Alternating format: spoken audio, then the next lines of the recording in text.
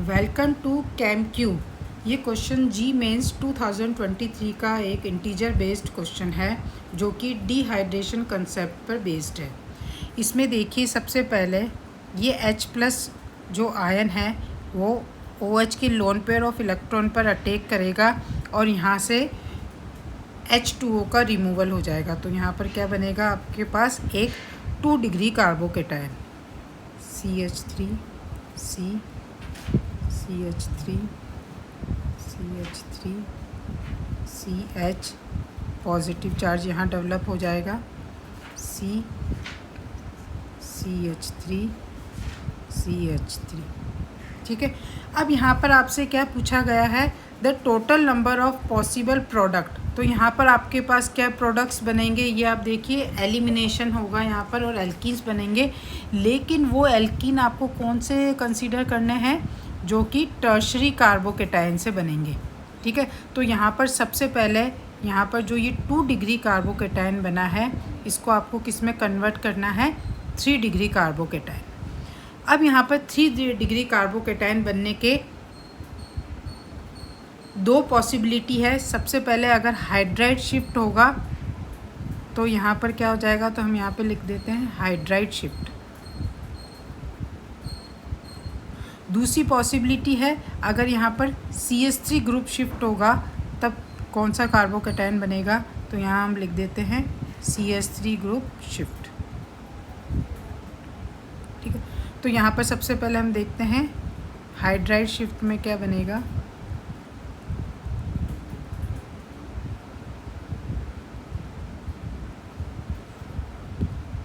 ये देखिए, यहाँ पर एक और हाइड्रोजन आ गया है और यहाँ पर CH3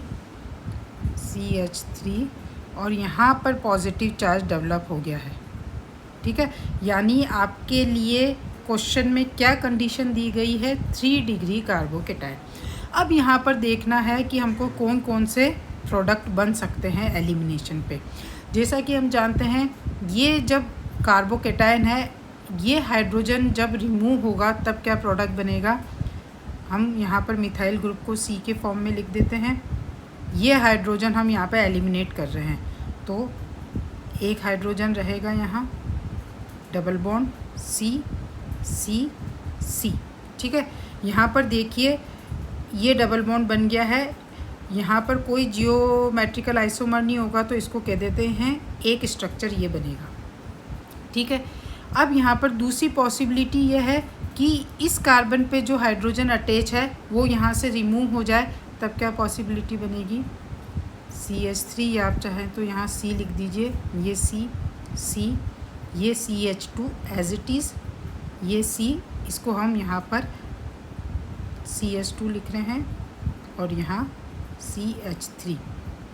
अब यहाँ पर देखिए, चाहे आप इस कार्बन से एलिमिनेट करें चाहे इस कार्बन से एलिमिनेट करें, एक ही बात है।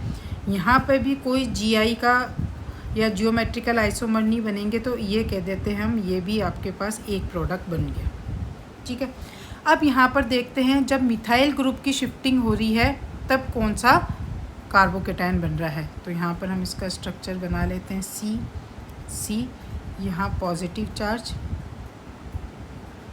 C, यहाँ पर ये मिथाइल ग्रुप की शिफ्टिंग हो गई है, ये वाला मिथाइल ग्रुप यहाँ शिफ्ट हो गया है, फिर CH3 एज इट इज़।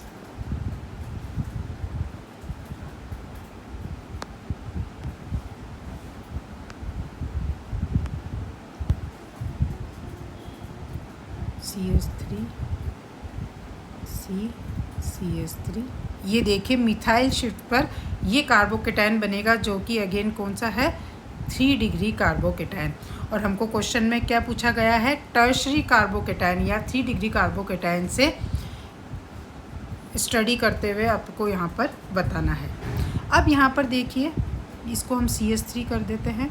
तो फर्स्ट केस में हम क्या करते हैं, ये हाइड्रोजन जो है इसको रिमूव कर देते हैं, तो क्या स्ट्रक्चर बन जाता है, C डबल बॉन्ड CH2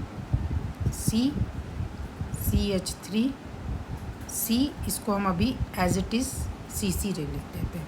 अब देखिए यहाँ पर एक चीज़ नोटिस करने की है कि ये कार्बन जो है वो क्या हो गया है, एसिमेट्रिक कार्बन। क्यों? क्योंकि यहाँ पर देखिए एक ये CH3 ग्रुप, एक ये आइसोप्रोपाइल ग्रुप, एक आइसोप्रोपाइलिन ग्रुप और एक हाइड्रोजन, 4 डिफरेंट ग्रुप है। तो ये यहाँ पर 2 फॉर्म में होगा, जिसको हम क्या कहेंगे, प्लस माइनस, या जिसको हम स्टीरियोकेमिस्ट्री में D या L कहते हैं। तो ये जो प्रोडक्ट बनेगा इसके टोटल कितने आइसोमर बनेंगे, 2। ठीक है, तो ये वाला पॉइंट आपको थोड़ा सा केयरफुली यहाँ पर आपको निकालना होगा नंबर ऑफ़ आइसोमर्स निकालते वक्त, कि आपको स्टीरियो आइसोमर्स भी यहाँ पर स्टडी करना होगा।